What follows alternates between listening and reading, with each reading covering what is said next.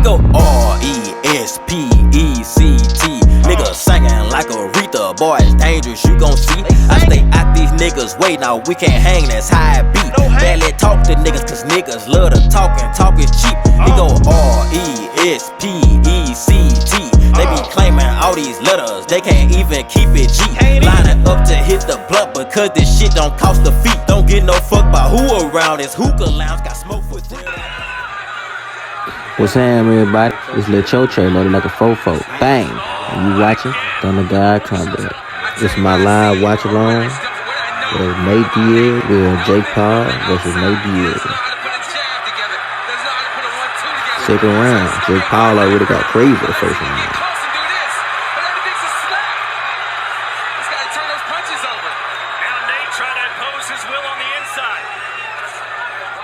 This is why Nate's not knocking people out cold with his punches, though. Even in MMA, there were TKOs from several shots. He doesn't turn his knuckles into these shots.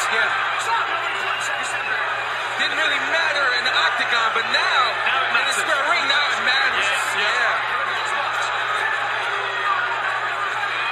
It's almost a little Joe Calzaghe in the way that he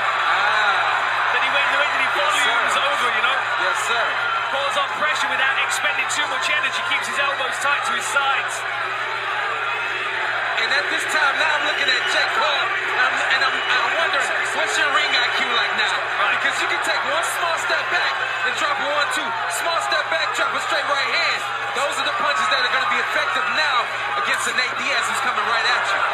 And you've got to wonder what kind of adrenaline dump he had in that first round when Nate was hurt. Nice right hands by Jake Diaz. Nate gets a left hook in there, though. He's starting to land punches of his own, and this crowd is eating it up. This is where Nate starts to thrive, when he can make it a scrappy, messy fight. Leaning on his opponent. If Jake Paul starts to slow down, he's going to feel that volume pouring on.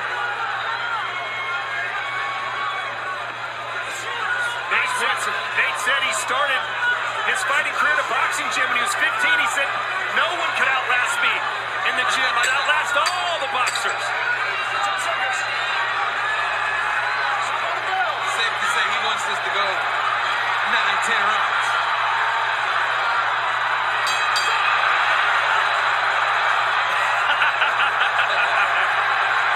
Is that a close round? I think that was a close round, you know. I think it was a close round. I still think Jake Paul may have took it, though, with the quality shots. Breathe.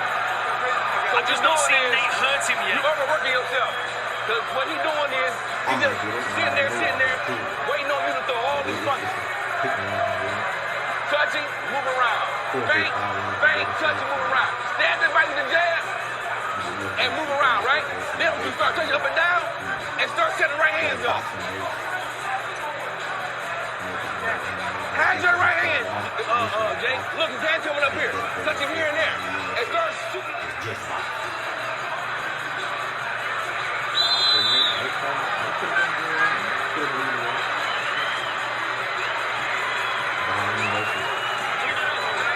The VIP section brought to you by Celsius Live Fit. Round 3 scheduled for 10. So kind of a wake-up round there for Diaz. But Sean, when you have a fighter like Diaz who puts his hands up by his ears and bull rushes you like that, what's the move for a fighter? See what he just did right there? Jake took a couple steps back. He dropped down and threw an uppercut. Good move right there. I like to see him take steps back and throw his punches while he's stepping. But we'll see if he can do something like that. That's advanced work right there. Good uppercut on the inside for Paul. A good advice from the corner team of Jake Paul as well, telling him to move, telling him to try and create space. They can tell the game plan of Nate Diaz is to try and wear on him at close range. And I'm a big fan of feints. They said use some feints and set up that right hand. We all know he can whack with that right hand. A lot of people here are waiting on it now. Jake landed that big left hook to the left eye of Nate in round 1. But since then, Diaz has handled himself pretty well.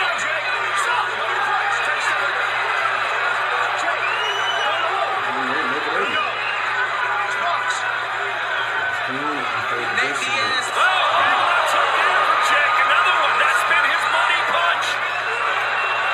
Good shot left there from Nate Diaz and a nice shot on the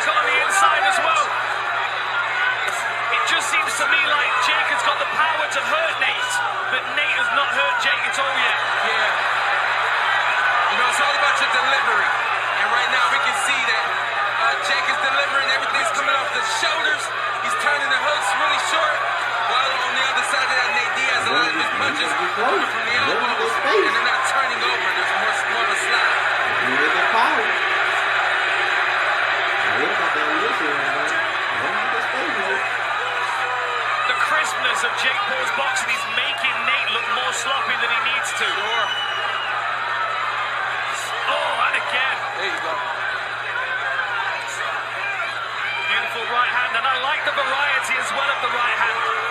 I think investing in the body would be smart again. Sure. You can Get back to that body. You can never tell how Diaz really feels in there because he has such awkward body language. Yeah, it's like you don't know if he's hurt, he's light on his feet, whatever the case may be, but then he's just standing there, he's ready to go. Big body shot right on the belt line. Ran onto an uppercut again. A nice hook from Jake Paul there. Diaz is having a good time now. He likes this kind of fight.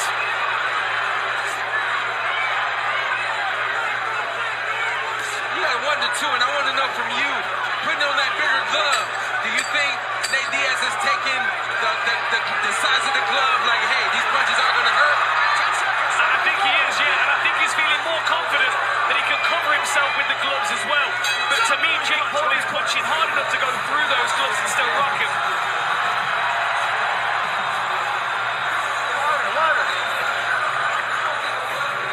Don't throw this one so wide. He's coming back with his right hand real short. Don't throw it way out there. You gotta start going down the middle. Move to the right and duck and get in and start bouncing around. You're walking like this forward and he's throwing. Don't let him do that, Nathan. Let him walk forward. You're just walking forward and he's throwing.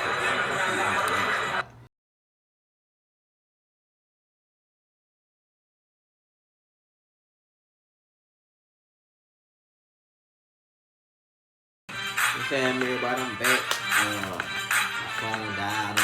Tonight, broadcast was brought to you by DAZN in partnership with Most Valuable Promotions and Real Fight Inc. Representing sponsors for this event were Celsius, Live Fit, Essential Energy, Fansly. Visit fansly.com/Diaz for exclusive content from the event and better. Fantasy just got better. Play better picks and you can win up to 100 times your money. But his pace and his dog and his, his scrapping made him fight.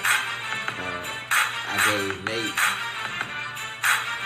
3 rounds out of the 10 rounds, maybe 4.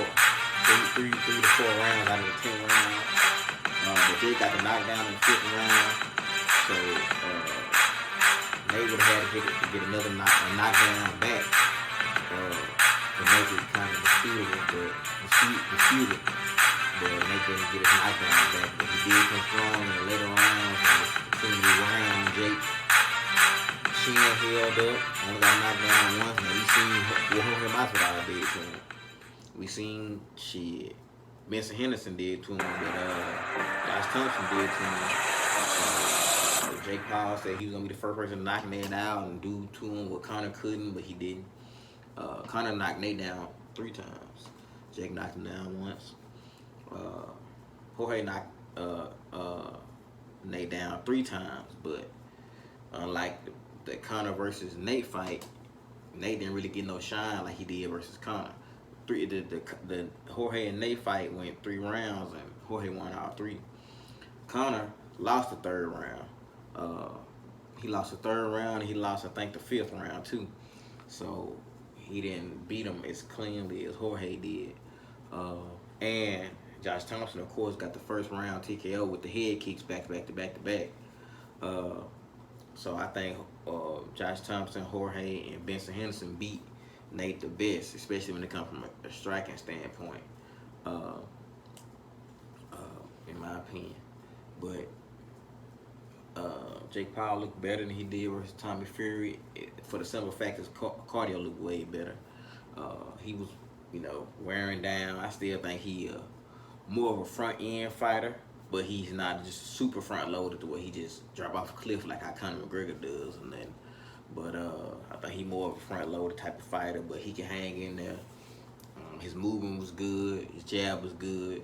Uppercuts was good. His left hook, because he really only just had a right hand up until this point, but his left hook looked great in this fight. But as long as he fight MMA guys who don't really have head movement like that, a lot of footwork like that, and he gonna be target practice for him. So really, after he fought Tommy Fury, should have just been boxers on up. I didn't really want to see him fight more MMA guys, in boxing. Boxers have always fought MMA guys, and boxing is time for MMA guys to fight boxers in MMA, like Randy Couture did James Toney, and I promise you.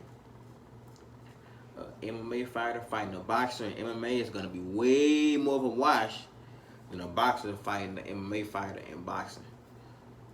MMA fighters gonna give a way better account of themselves, as long as they got decent striking in boxing than a boxer's gonna have in MMA. They really not gonna be a dead man walking, like a fish out of water. So, I really hate these. Money. Boxing provide more money, so MMA guys keep boxing boxers. But I hate it because it's providing a false narrative that boxers can really beat MMA fighters, and they can't generally. If MMA fighter and a boxer get into a squabble outside of the club, they both sober, both go for what they know, the MMA fighter gonna kill the boxer, man. Come on now. The boxer got a punch a chance, and that's it.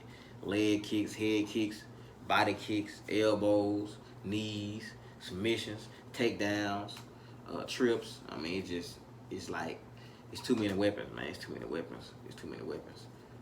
It's like a person having a motherfucking AK with a switch on it versus a person with a slingshot, man. It's too big of an advantage. But to the casual people who don't really look at it like that, they just see MMA fighters boxing boxers, and they just see MMA fighters losing over and over again. But in a true fight, MMA fighters, it won't even be a fight. See, when boxers box MMA fighters, it is a fight. But if MMA fighters go to MMA and go against a boxer in the cage, it won't even be a fight, bro. So, Jake Paul got the dub. Like I told everybody, I don't hate Jake Paul like everybody else do. Jake Paul seemed like a cool dude. He seemed real fun to hang out with. He dedicated himself. Like, how far he come in boxing in this short period of time is nothing less than admirable. Jake Paul do his thing. He really dedicated himself to the sport. He one of the true serious YouTuber boxers. A lot of other dudes just be doing it for the hype, but he really put a strong effort into it. I really want to see him fight KSI if he fight another YouTuber, but I want to see him really fight boxers from now on, if not KSI. I'd be cool with a Nate Diaz MMA rematch, because it's about time a boxer go to MMA and, on the big stage, and first time in a while, a boxer go to MMA and really try to apply their trade. Jake wrestled in high school, was a standout wrestler in Ohio, him and his brother Logan, so, but them submissions, man, it's different. Like, if you wrestling without the knowledge of jiu-jitsu, it's gonna lead you into a choke. It's gonna lead you to a guillotine or rear neck, like basic chokes. It's gonna lead you into them. Coming in with your head, your neck exposed. So you're gonna have to watch out for that. But on the feet, Jake, I always have a chance. He got a big right hand. Now he got a decent left hook, decent angle, footwork. Jake really coming along. I give him his credit. Unlike most MMA fans, I give Jake his credit. But yeah, that's my opinion. Jake Diaz. I'm about to say Jake Diaz. Who the hell is Jake Diaz? Man, I'm fusing these motherfuckers together like it's goddamn Tenkachi. This motherfucking Budokai 3 in the motherfucker.